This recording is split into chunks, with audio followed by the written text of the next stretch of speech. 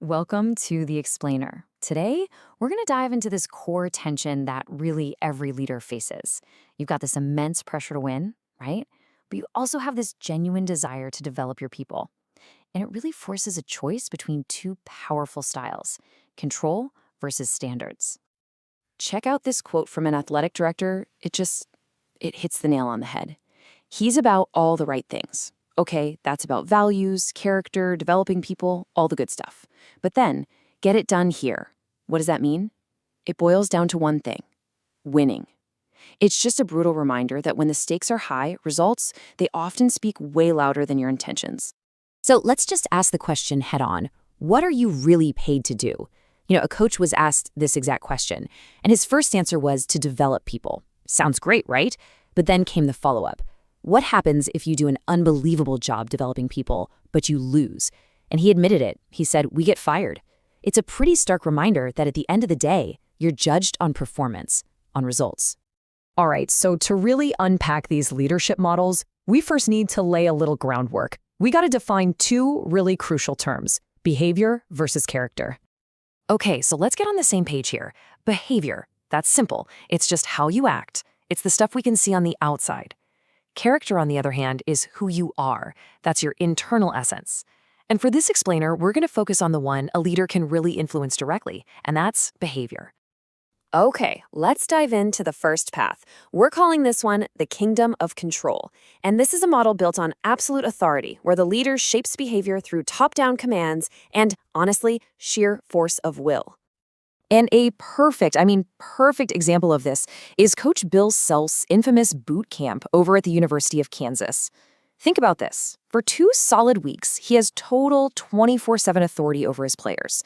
If a player shows bad body language, is late for class, or heck, even looks at him the wrong way, boom, immediate consequences. It's this super intense system designed for one thing: to demand conformity.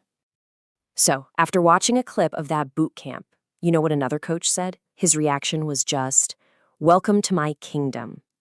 And that just brilliantly captures the whole mindset, doesn't it? In this model, the leader is the king, the undisputed ruler. Their word is law. They are in charge of every single detail. So you have to ask, right? Where does all this power come from? Why do people actually comply? Well, a lot of the time, it's because the leader controls something that is incredibly important to them.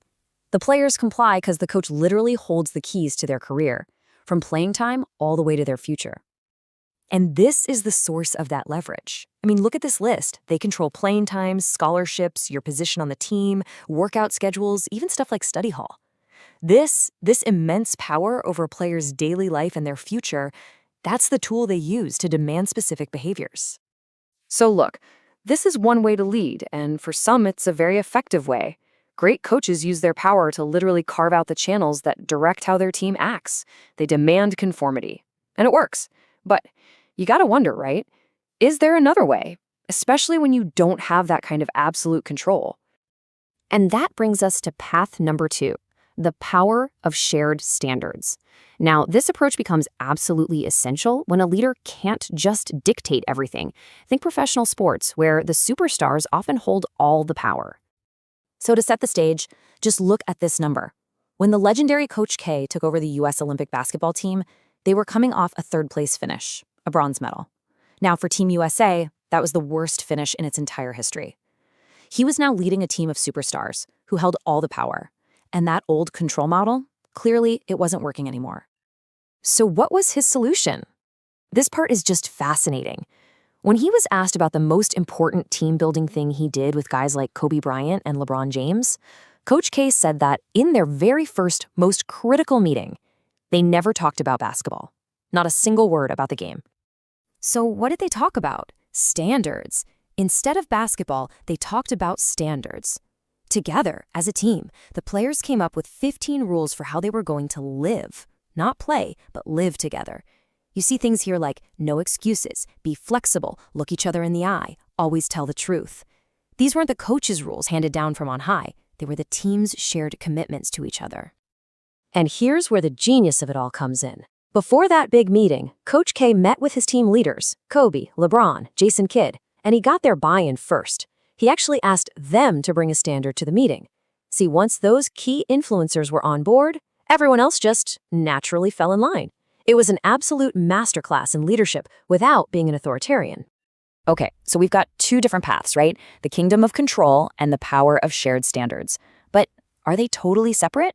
Let's try to bring these ideas together into a simple but really powerful framework that shows how the best leaders often use a bit of both. And this concept comes from Coach Urban Meyer, and its power is in just how simple it is. The idea is that when you set a clear standard, you literally draw a line in the sand. And this creates this totally unambiguous separation between what's acceptable and what's not. And here's what it means. Any behavior that lines up with the standards you've set, that's above the line. It's intentional, it's skillful. But any behavior that falls short, that's below the line. It's impulsive, it's resistant, it's kind of on autopilot. The beauty is there's no gray area. You're either above it or below it.